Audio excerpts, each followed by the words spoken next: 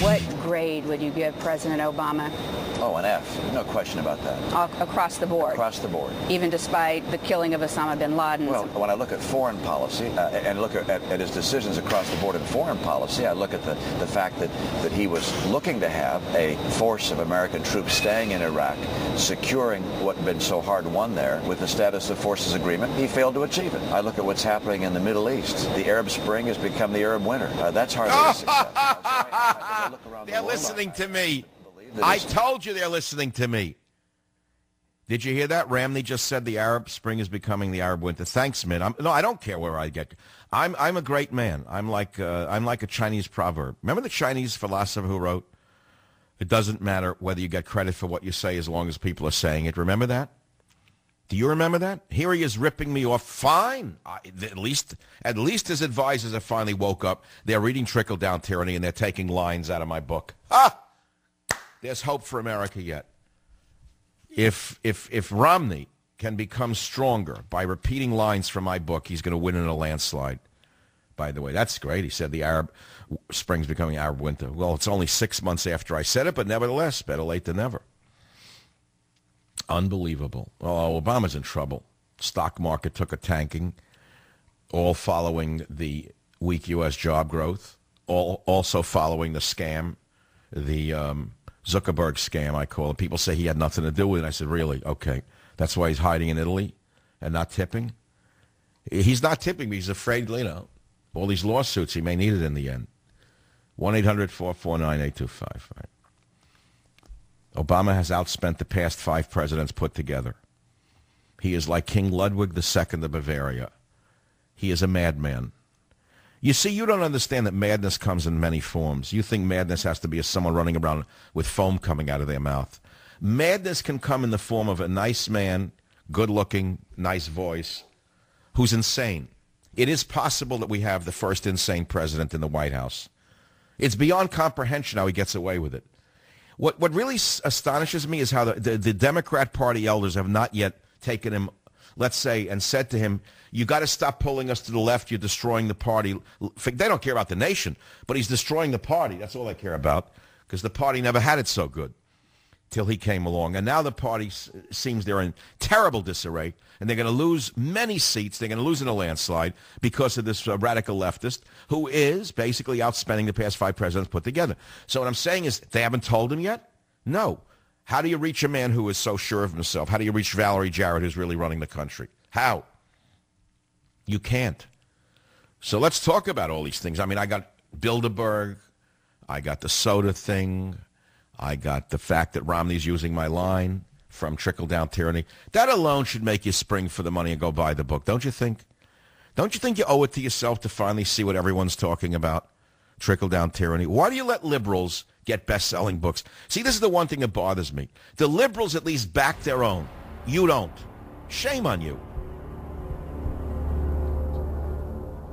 7. Larry in California, line 4. Larry in California, where are you calling from? Apple Valley, Dr. Savage. I'm sorry, Larry, where? Apple Valley. It's Apple Valley. I'm sorry, beautiful place. It is. Just called today to give you some great news on a Friday. When Trickle-Down Tyranny first came out, it was very difficult for me to get the books, but I bought 6. Wow. I bought 2 for my children. I've been in the private equity business for over 25 years as a president and CEO of lots of various companies, working for a number of different private equities. But anyway, I had Mitt Romney's home address because of several conferences I attended in Boston that was brought on by Bain Capital. So I sent him a copy of Trickle-Down Tyranny, along with a nice letter that actually, after I sent it, I reread it.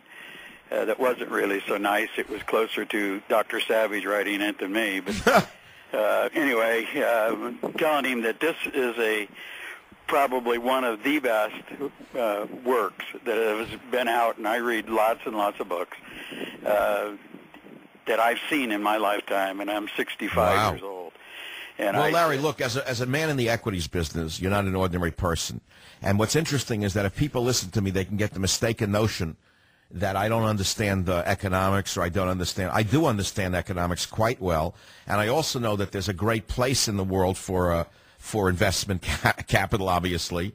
However, it's the pirates that have invaded the investment world that I basically attack and call out in the book. Wouldn't you say that's true? Absolutely, absolutely. And there's good and bad in all types of business, as you know, Dr. Savage. But I also sent 2 copies to Fox News, one to that knucklehead Bill O'Reilly, and told him that maybe in his next little fairy tale book that he writes, maybe he'll actually sit down and address something, get something out of the book, even if it's only one portion of the book that has to do with where we are. I mean, I told in the letter to Mr. Romney, I said, this is a roadmap for your election. Just follow it. But Larry, look, he just quoted me when he said the Arab Spring is becoming the Arab Winter. Isn't that interesting? Yeah. Well, it kind of makes sense why I dialed the phone so many times today, hoping on this Friday to get to talk to you. And I sent another copy to Mort Krautheimer, who's my best guy that I like at Fox News, because I think you got to understand, Fox News has a vendetta against me for reasons I actually don't understand. I did call O'Reilly leprechaun in a book I wrote about 5 years ago. I think that that's the reason that they don't want me near him. He's a very vindictive man and never forgets anybody who ever insults him. He's very thin-skinned. And it's his loss, frankly. But, you know, I'm way past caring, Larry, about what the leprechaun may or may not do. I want to thank you as a listener for, let's say, putting your money where your heart is, and I really do appreciate that, and I thank you again. That's all. That's simple. You know, did it make me richer? Think about it. Let's say I make $3 a book on royalties, I made $18 on that. You don't understand something. I'm not looking to get rich with the book. I'm looking to change the course of this election with the book. Do you understand that carrying it around is like a billboard? You think about a powerful title. You know, Rachel Carson's book, Silent Spring, changed the world for the better. That one title woke the world up to ecology. That's what they called the environmental awareness of that time, ecology. What did the words Silent Spring connotate or connote? They had the connotation that if we didn't stop the use of various pesticides, one day we would wake up to a silent spring because all the birds would be dead. Okay? And it did change the world for the better. And we realized that we are the bird. We realized we are the eagle. That although the eagle's egg was breaking because of the DDT, it was a portion of us that was breaking because we are the eagle. So she did a great service by writing Silent Spring in the 60s. I remember what a shock it was, the title. And I kept saying to myself, my God, look how important the title is. So when I say trickle-down tyranny, and you carry that cover around, that cover alone is the message. Remember Marshall McLuhan, the medium is the message? How about the message is the message? How about the message is the message? That says it all. You have a tyrant in the White House, surrounded by tyrants, living and acting out a tyranny. Right now it's a minor tyranny, but mark my words, God forbid Romney blows this election, or they get the illegal aliens to vote, as they're trying to do, or the trick voters from Brooklyn who can vote twice, once in Boca, once in Brooklyn. If that's permitted to go on, and this tyrant wins again, it's all hands off. This guy will do everything he's ever dreamed of doing. You say, well, what really is that? Well, go back to Reverend Jeremiah Wright's sermons, and you might get an inkling of what they have in mind. That's all. End of story.